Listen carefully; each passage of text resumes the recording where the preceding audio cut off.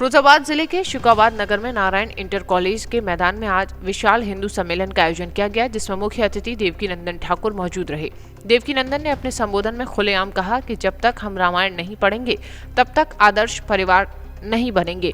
देश प्रदेश में गायब होते बच्चों के लिए जिहाद बताया। सनातन बोर्ड का गठन हो, जनसंख्या रोक ना हो तब तक 4 बच्चे पैदा करेंगे। मीडिया से बातचीत करते हुए उन्होंने कहा कि सनातन एक हो, अपने बच्चों को आदर्श बनाएं, बच्चियों का गायब होना रोकना चाहिए, रामायण गीता पढ़ें, पति पत्नी की हत्या ना करेगा। घूसखोर पंडित मूवी पर उन्होंने कहा कि सनातन को बदनाम करने की रणनीति ऐसे लोगों को जाति से निकालना चाहिए। यूजीसी पर जाति को रोक ही सभी सनातन एक हों और 4 बच्चे पैदा करें, बुजुर्गों का सम्मान करें। सनातन बोर्ड बनाया क्या है? किसी ने सुनी है इस विषय में? किस किसी ने सुना सनातन बोर्ड के विषय में? सुना? मैं बताता हूं। पूरे भारतवर्ष में लाखों मस्जिद है, पर सरकार के अंडर में एक भी नहीं। इस भारतवर्ष में हजारों से ऊपर चर्च है, लेकिन सरकार के अंडर में कोई नहीं। और इस भारतवर्ष में 4 लाख से ज्यादा मंदिर सरकार के अंडर में है, जहां से 2 लाख करोड़ से ज्यादा रुपया हर साल आता है और उसे सरकार उठाकर ले जाती है। और सरकार ले जाकर उसका क्या करती है हमें नहीं पता। आप ईमानदारी से सोचो, अगर सनातन बोर्ड बना दिया जाए और वो 2 करोड़ लाख रुपया अगर उस बोर्ड में आ जाए, तो जैसे मदरसे हैं वैसे हजारों लाखों गुरुकुलम हो जाएंगे। तो क्या मेरे बच्चे रामायण और गीता से वंचित होंगे? हर एक मंदिर से गौशाला हो जाएगी, क्या गौ कटेगी, गौ हत्या होगी?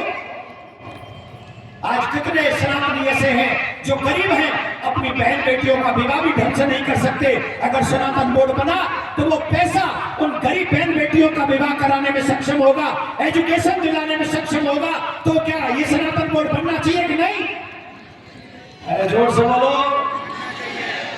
महुआ पता धूप ज्यादा है और कानूना पता मार के कितना ठीक ना है। तुम तक अपनी आवाज पहुंचा दे, बड़ी जोर से बोल लो। बताओ सनातन बोर्ड बनना चाहिए कि नहीं? प्राइवेट हॉस्पिटल में गए हो कब? ना जी, आप यहाँ आई हैं, कब से आई हैं, कितने लोगों के साथ आई हैं? जी, कितनी महिलाओं के साथ आई हैं? 100 महिलाओं के साथ आई हैं। कौन से गांव से आई हैं आप? आमोर सिसागंज से। सनातनी अपने बच्चों को संस्कारी बनाएं, अपने बच्चों को कैसे परिवार को चलाना है ये सिखाएं।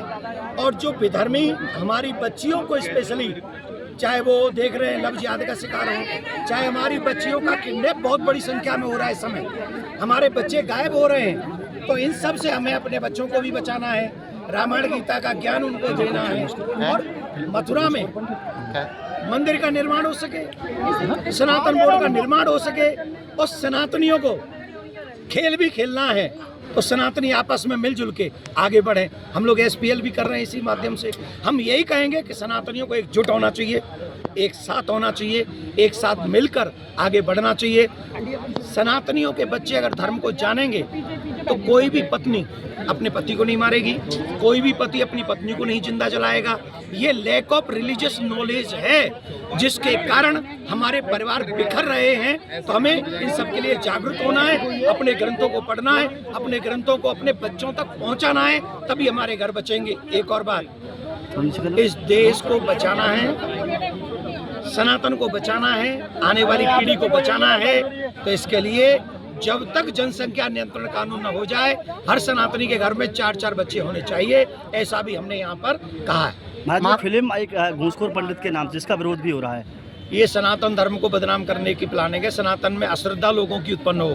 पंडित जी क्या करते हैं? मंदिर में तो पंडित जी कथा करते हैं, तो पंडित जी प्रचार करते हैं, तो पंडित जी संत महात्मा भक्त ये क्या करते हैं? ये धर्म का प्रचार करते हैं। तो जब पंडित को बदनाम करेंगे, घूसखोर करेंगे, महात्मा को मर्डर करने वाला दिखाएंगे, भगत जी को पाखंडी कहेंगे, फिर क्या होगा?